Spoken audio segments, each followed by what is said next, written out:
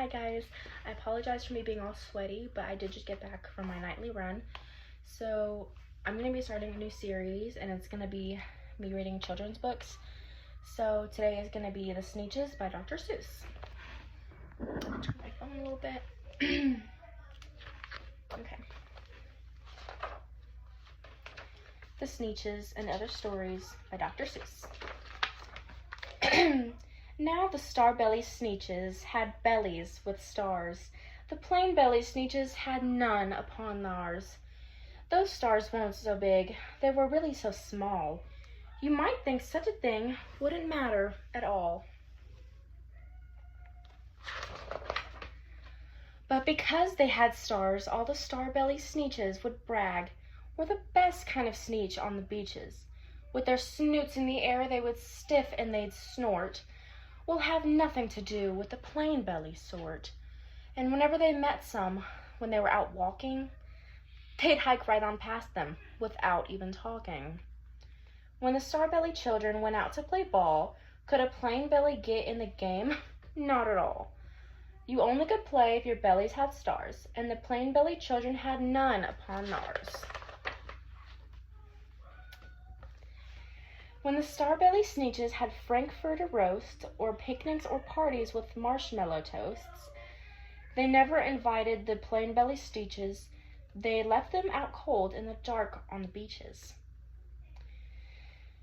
They kept them away, never let them come out or near, and that's how they treated them year after year.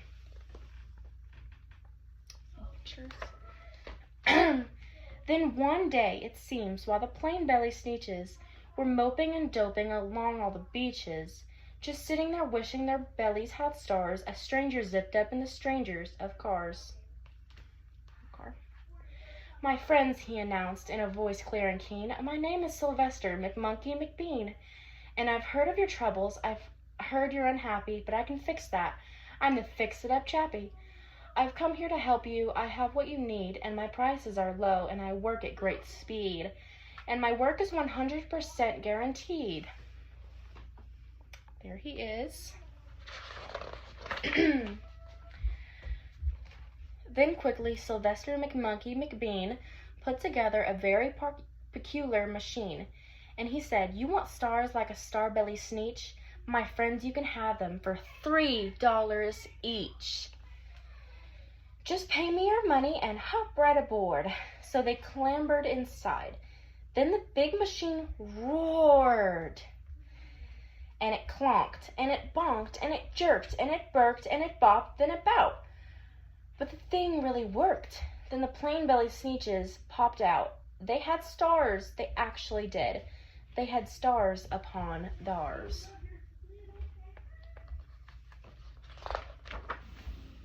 When they yelled at the ones who had stars at the start, we're exactly like you. You can't tell us apart. We're all like this just the same. Now, you snooty old smarties.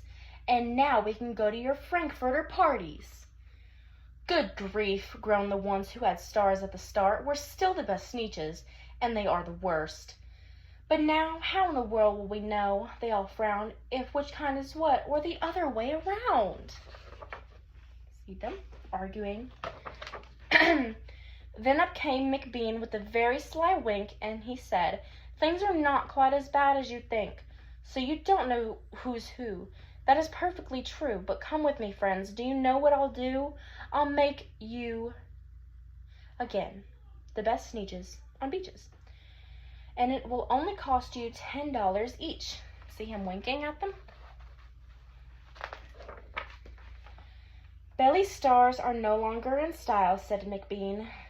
What you need is a trip through my star-off machine. This wondrous contraption will take off your stars, so you won't look like Sneetches who have them on theirs. And that handy machine, working very precisely, removed all the stars from their tummies quite nicely. See, no more stars. Then, with snoots in the air, they prated about, and they opened their beaks, and they let out a shout. We know who is who, now there isn't a doubt. The best kind of Sneetches are Sneetches without. Then, of course, those stars all got frightfully mad.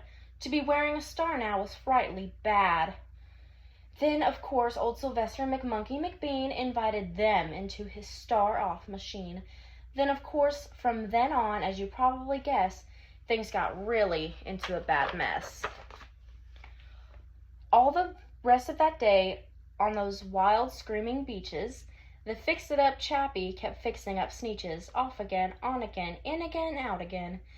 Though the machines had raced around and around and about again, changing their stars every minute or two, they kept paying money, they kept running through, until neither the plane nor the Starbellies knew whether this one was that one, or that one was this one, or which one was that one, or which one was who. Then, when every last cent of their money was spent, the fix-it-up chappie packed up and he went. And he laughed as he drove in his car up the beach. They will never learn. No, you can't teach a Sneetch. See all the money in there?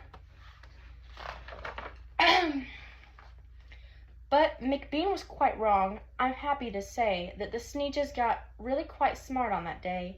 The day they decided that Sneetches are Sneetches and that no kind of Sneetch is the best on the beaches. That day, all the Sneetches forgot about stars and whether they had one or not upon Mars. Okay, so that was the Sneetches.